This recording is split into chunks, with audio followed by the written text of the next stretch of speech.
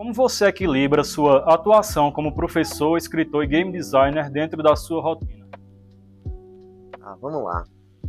A parte de organizar com ser professor, né, é fácil porque o curso que eu ensino é no curso de jogos digitais, né, aqui da Unifacisa, curso noturno. Então é fácil de equilibrar as horas aí, porque durante o dia eu me dedico a outras coisas, a outros trabalhos, e à noite eu ensino, né? Então foi tranquilo, assim, a profissão de professor, como eu ensino o que eu faço, então é muito tranquilo também de concatenar as duas coisas, né? E com a parte de game designer e de escritor, eu trabalho com design de narrativa, na verdade, né? Que é um braço, vamos dizer assim, uma subdivisão do game design. E aí, naturalmente, escrever e fazer o jogo, né? É tranquilo, assim. Eu consigo unir as duas coisas muito bem, porque quando eu desenvolvo os jogos eu já estou pensando na história e vice-versa. Então, para mim, assim, é bem tranquilo, né? Não é algo que interfira na minha rotina, não é algo que eu preciso estar me descabelando para poder dar conta. Perfeito. De que forma os jogos podem ser usados como ferramenta pedagógica no ensino superior? Cara, como ferramenta pedagógica no ensino superior, no curso de jogos, pelo menos, né, um curso que é voltado para ensinar a galera a desenvolver jogos, né?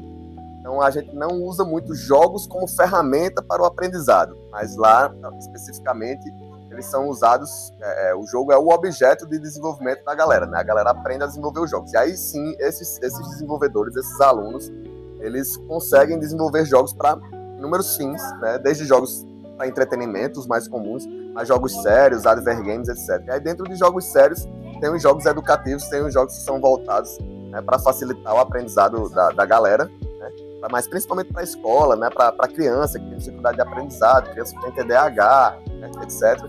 Então os jogos eles podem sim ser uma ferramenta para auxiliar na educação, né, que torna o conhecimento, o acesso ao conhecimento uma coisa lúdica, né? Então as crianças terminam gostando, as crianças terminam se divertindo e aprendendo ao mesmo tempo. Então eu imagino que seja essa abordagem hoje que tem, assim, é uma das abordagens que tem sido bastante bem sucedidas para o ensino, né? O uso de jogos de gamificação para facilitar o aprendizado.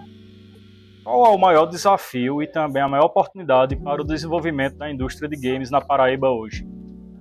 É um desafio e maior oportunidade. Bom, o maior desafio, sem dúvida, eu diria que é acesso a investimento mesmo, né? Acesso a verba, porque, assim, é muito difícil você tocar um estúdio de desenvolvimento de jogos. Fazer jogo sozinho é um negócio também muito difícil, então, naturalmente, você precisa estar com outras pessoas.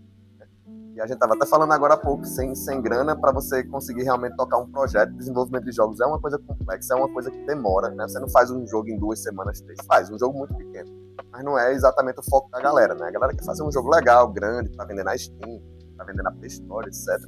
Né? Então, assim, tocar um estúdio de jogos sem grana, realmente, a não ser que você seja um herdeiro, já tem uma grana guardada, alguma coisa assim, você vai conseguir, mas se não, você precisa de investimento, você precisa de um investidor externo, você precisa de uma verba, de um edital, de um banco, etc. Né? Então, eu diria que hoje na indústria, né, aqui paraibana, o principal desafio é esse, é acesso a esse fomento que tem acontecido, tem começado a acontecer, né? Tem o Game Dev Quest, que é uma iniciativa do governo do estado, que é um edital para abertura de empresas de jogos, né? Então isso aí tem funcionado, a gente já tem vários CNPJs abertos, já estamos na 2ª edição, né? Então é uma iniciativa excelente, tem dado resultado, mas é uma coisa assim, nossa indústria aqui é muito imatura ainda, está começando, está apenas começando, as empresas começando a surgir, estabelecer, começando a vender seus primeiros jogos, né? A gente ainda vai ver o resultado disso, que vai vingar, o que não vai.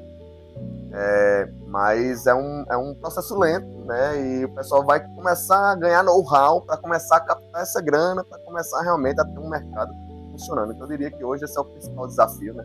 Falta de pessoal não é, falta de talento não é, falta de vontade não é, né? Isso aí a gente tem de sobra, né? A questão realmente é esse momento. E oportunidade, cara, eu diria que a gente tem, né? Principalmente aqui em Campina Grande, tem em João Pessoa também cursos de formação. Daqui de Campina, na Unifacisa, é um dos mais tradicionais do Brasil, né? Ele tem há mais de 15 anos de existência, o curso. Então a gente forma muitos profissionais, né? E com isso a gente vai começando a criar vamos dizer assim, um cabedal de talentos, de pessoas que podem se juntar, criar jogos, criar empresas, né? Então eu diria que o fato da gente ter essas instituições de formação, né? João Pessoa tem na Estácio e na Unip também, né? Vai abrir agora um curso de desenvolvimento de jogos na Universidade Federal da Paraíba. Se eu não me engano, é o terceiro curso em universidade pública do Brasil, curso de desenvolvimento de jogos. Então, a gente tem esse capital intelectual que está sendo fomentado, que está sendo criado aqui na Paraíba, né? Acho que daqui a 10 anos, 15 anos, vai ter muito profissional, né, aqui. Então, acho que isso é uma grandíssima oportunidade para o Estado, e a AP Games tem tentado fazer esse trabalho de juntar essa galera, de fazer contatos, né, de ser uma ponte entre os entes privados e públicos para poder fazer essa coisa acontecer. Perfeito. Entre os projetos de jogos em que trabalhou, qual foi o mais marcante para você e por quê? Cara, eu diria que assim, teve 2 projetos bem bacanas, assim, recentes, né, que eu trabalhei.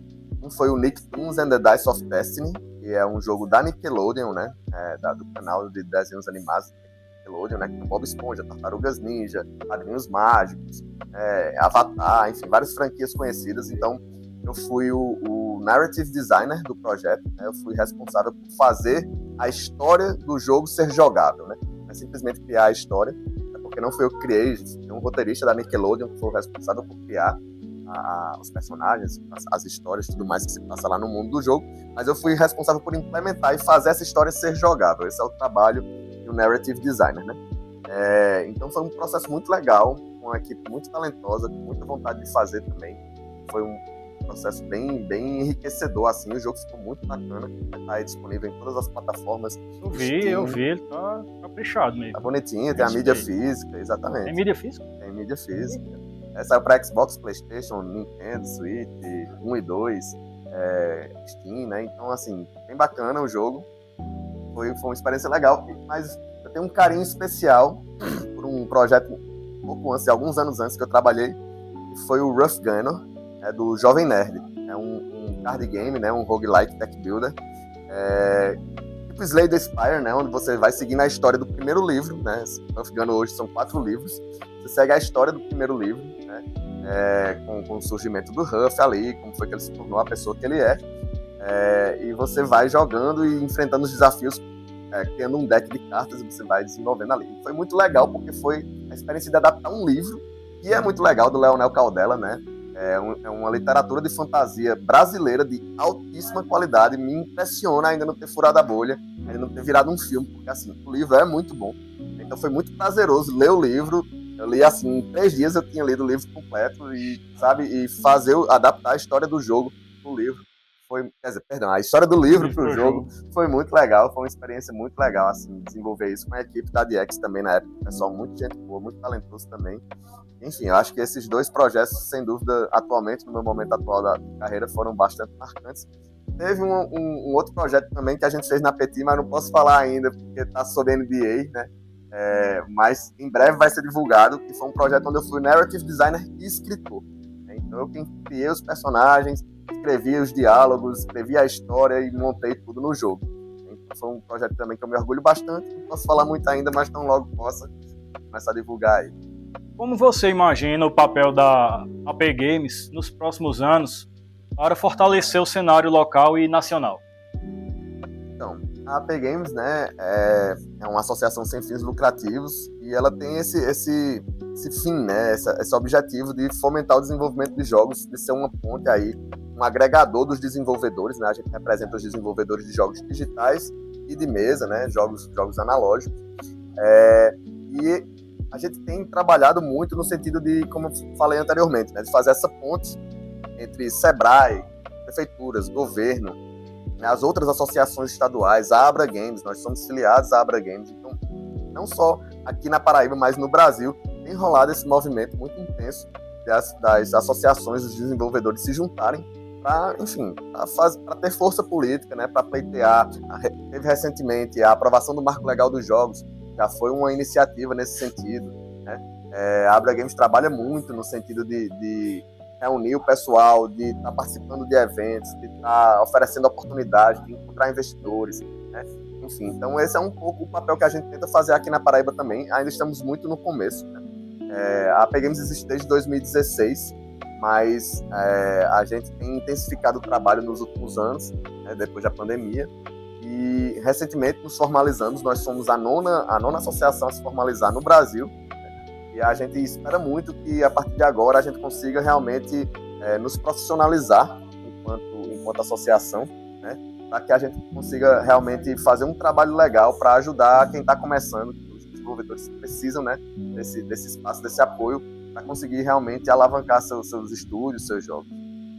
Perfeito, perfeito. Precisa disso, né? Eu acho uma coisa muito necessária. Sem dúvida.